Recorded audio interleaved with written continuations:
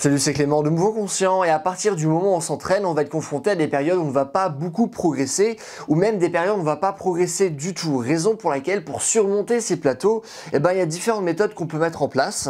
Et dans ces vidéos, je vais vous en proposer une que j'ai apprise en faisant un coaching avec le docteur Wes Hendricks. Et c'est une méthode qui consiste à seulement faire du travail concentrique. Alors qu'est-ce que c'est? Alors comme vous le savez, lorsqu'on va faire un mouvement, il y a deux phases. On aura la phase concentrique, c'est-à-dire la phase de montée où on va soulever un poids. Et on a également la phase de descente, c'est-à-dire la phase excentrique où on va ramener de nouveau le poids dans sa position d'origine. Et en fait, lorsqu'on s'entraîne, que ce soit en force ou en musculation, on va souvent se concentrer davantage sur la phase excentrique. Pourquoi?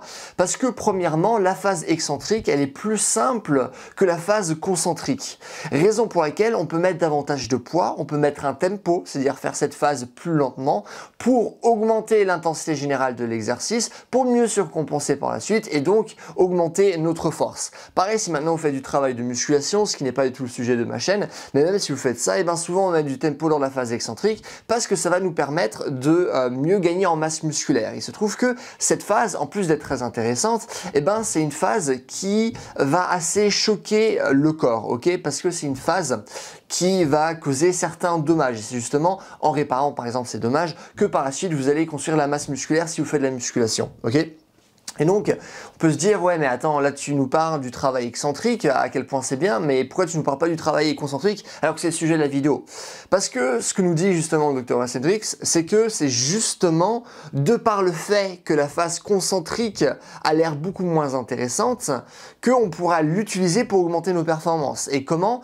C'est parce que, comme je l'ai dit, la phase excentrique, elle, donc la phase de descente, elle va choquer notre corps, ça va créer des dommages, alors que la phase concentrique va créer beaucoup moins de dommages. Pardon. Et qu'est-ce que ça veut dire? Ça veut dire que vu qu'elle va beaucoup moins choquer notre corps, on pourra en faire beaucoup plus. C'est-à-dire que je vais pouvoir accumuler beaucoup plus de volume concentrique que je vais pouvoir accumuler de volume excentrique. Parce que surtout, si je vais accumuler beaucoup de volume excentrique, ça va prendre pas mal de temps pour mon corps pour qu'il puisse récupérer avant de nouveau faire un effort intense. Alors que si maintenant je fais seulement du travail concentrique, je vais pouvoir accumuler beaucoup plus de volume et je vais avoir besoin de moins de temps de récupération avant de faire de nouveau un effort similaire. Donc si maintenant vous faites un mouvement où vous avez du mal à progresser et où vous avez des plateaux, ce que vous pouvez faire, c'est juste faire du travail concentrique. Juste faire, hop, la montée. Typiquement, si vous faites du soulevé de terre, je vais utiliser cet exemple parce que ça va être très simple finalement de l'illustrer. Vous allez simplement soulever la charge, la laisser tomber une fois que vous êtes en haut, de nouveau la soulever et ainsi de suite. Et donc ça, vous allez le faire pendant une phase. Donc la durée d'une phase dépend de plein de facteurs.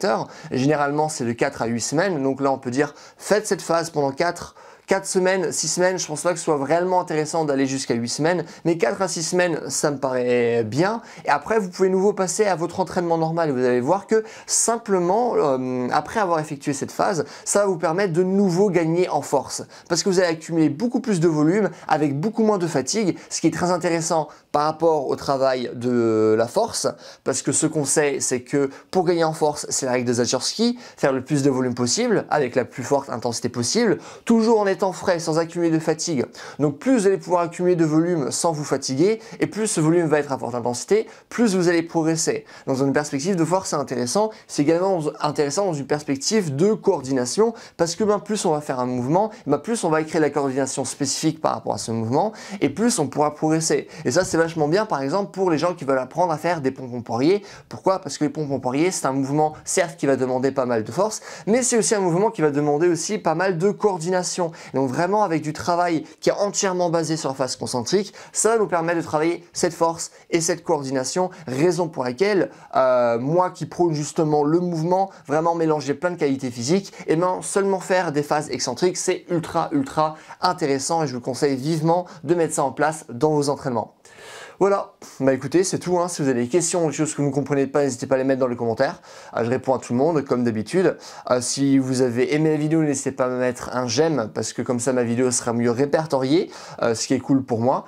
Et dernièrement, si vous voulez un programme qui parle de ce genre de choses, n'hésitez pas à aller sur mon site, c'est le premier dans la description. Je parle de force, de souplesse, de vitesse, d'endurance, de coordination, de rééducation, de blessures, parce que lorsqu'on est un sportif, on va se blesser à un moment donné. Donc c'est important d'être capable de bien utiliser son corps corps pour pouvoir se soigner rapidement, pour pouvoir à nouveau pratiquer. Programme qui parle de mouvements, de préparation physique de manière générale, qui mêle vraiment théorie et pratique. Première inscription. Et voilà, c'est tout. Passez une bonne journée. Bye.